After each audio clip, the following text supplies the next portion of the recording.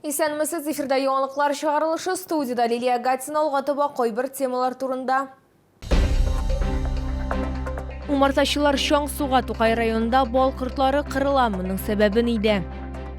Төзүче стадионында капиталь ремонт дәвам итә. Объект ничек үзгәрәчәк? Йогышлы авырулар хастаханәсендә дә капиталь ремонтның иң кызган чагы. Эшләр кайчан тәмамланырга тиеш?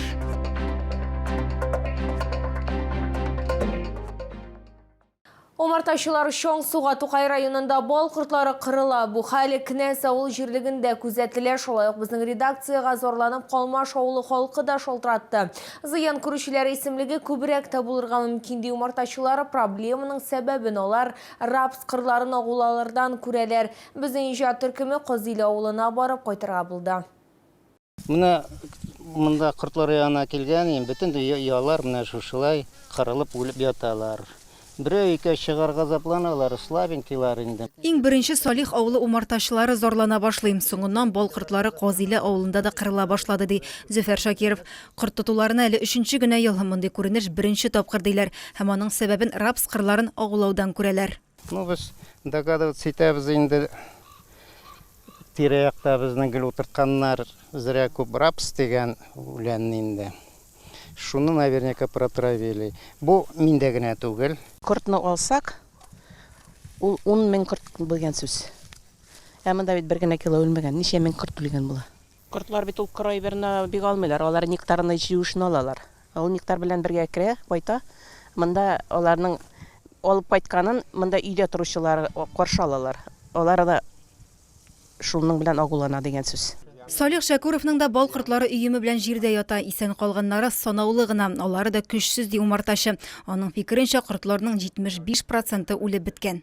Обычно рапсны утырталар, но обрабатывать итмиләр иде. Көндез инде. Обычно кич белән. Кичке сәгать 9-дан 2-ге иртәнгәчкә кадәр обрабатывать итәләр иде. Ул кибә. Сәгать 3-тән соң ул 6-га кадәр кипкәч, аның зыяны бик булмый. Рапс кырларын агулаулары турында белдерү ясасалар, бал кыртларын чыгармыйча тотыр идек ди авыл халкы. Әлеге проблема хакында Кнәс авыл җирлеге башлыгы камерага сөйләүдән баш тартты. Аның фикеренчә, бал кыртларының күпләп үлүенә химикатлар сәбәпче түгел. Хәзер урып җыю эшләре бара, агулау эшләре күптән тәмам ди ул. Шулай да біз биологка мөрәҗәгать иттек. Ул кыртлар я химикаттан, я авырудан гына үлә дип белдерде.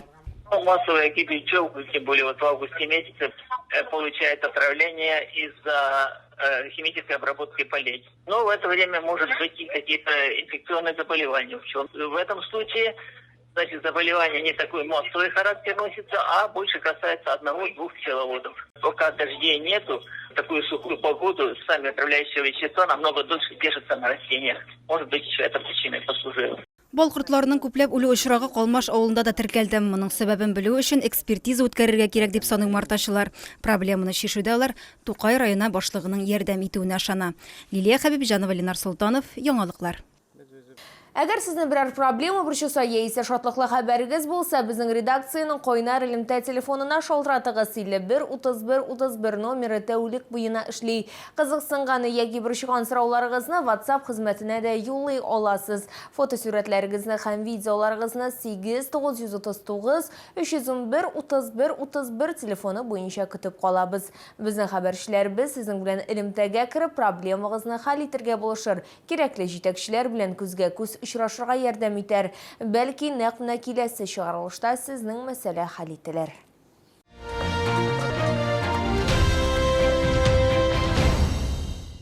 Төзүче стадионында махсус техника аркасында тузаныча, бу объектта капиталь ремонт үткәрү белән бәйле төзелеш эшләре инде ахырына якынлаша. Бу хакта Шалтыва төшерү төркеменә төзүче спорт мәктәбе хезмәткәрләре хәбәр итте.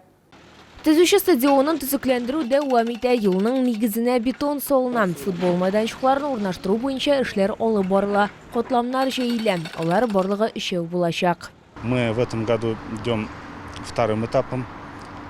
В этом году производится ремонт рядом со стадионом. Это устройство пропускных касс, устройство туалетов, замена ограждения. Түзүші спорт мәктәбендә 3 бүлек бар: бокс, ауыр атлетика һәм футбол. Аларга 800-ге якын бала йөри. Объектта ремонт барган арада яшь футболчылар ябык манежда шөгыльләнә. Объектны капиталь ремонтлаганнан соң кичке дәресләр гамәлдән чыгарылмаячак. Спорт мәктәбендә тренировкаларны озынайту мөмкинлеге барлыкка киләчәк. Здесь уже у нас будет, больше возможностей для тренировочного процесса, связано с тем, что у нас появится освещение стадиона, и мы будем уже в вечернее время проводить тренировочные занятия. Яшь футболчылар һәм төзүче спорт мәктәбенә йөрүче барлык спортчылар яңа стадионда киләсе атнада ук шөгыльләнә башлар дип планлаштырыла. Лилия Гатина, Эльмира Гайнетдинова, Ленар Султанов, яңалыклар. Йогышлауырлар хастаханәсендә дә капиталь ремонтның иң кызган чагы исегезгә төшерәбез. Кама аръягы өчен мөһим булган медучреждение реконструкцияләү турында 2017 елда ук билгеле булды. Эшләр 2018 елда башланды һәм этаплап башкарылды. Бу вакыт эчендә Б1 һәм Б2 блокларын яңартырга һәм җиһазландырырга өлгерделәр. Май аеннан төзүчеләр А блогында ремонт эшләренә кереште. Тулырак хәбәрчебез материалында. Хәзер төзүчеләр ремонт эшләрен А блогында дәвам итәләр. Хастаханәнең баш табибы Ришат Нугманов сүзләренә караганда, бирдә профиле йогышлауырлар бүлеген ачу планлаштырыла. Монда гепатит һәм кискен ишәк инфекцияләре булган пациентларны кабул итәчәкләр.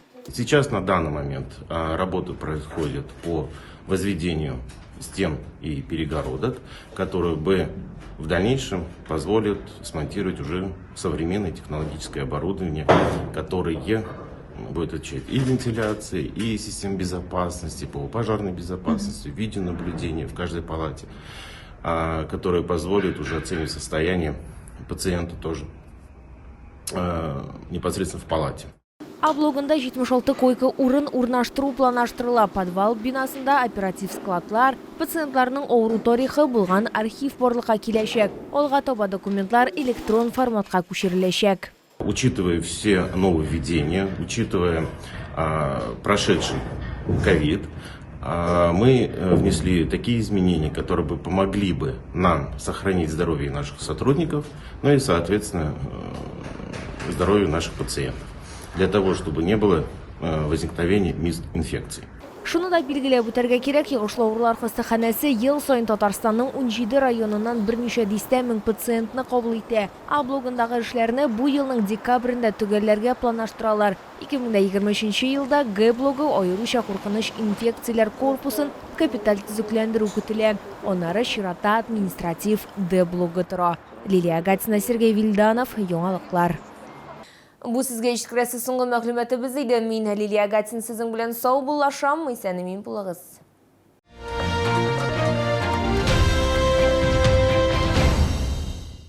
НГЛУ имени Добролюбова ждет абитуриентов. Изучение 3 иностранных языков на любом направлении подготовки. Ждем вас в приемной комиссии по адресу улица Минина, дом 31А. НГЛУ – ваш путь к успеху. Компания «Стройснабрегион» предлагает газобетон, железобетонные изделия, кирпич. «Стройснабрегион» – надежный партнер в строительстве. Телефон в Набережных Челнах 75 00 65.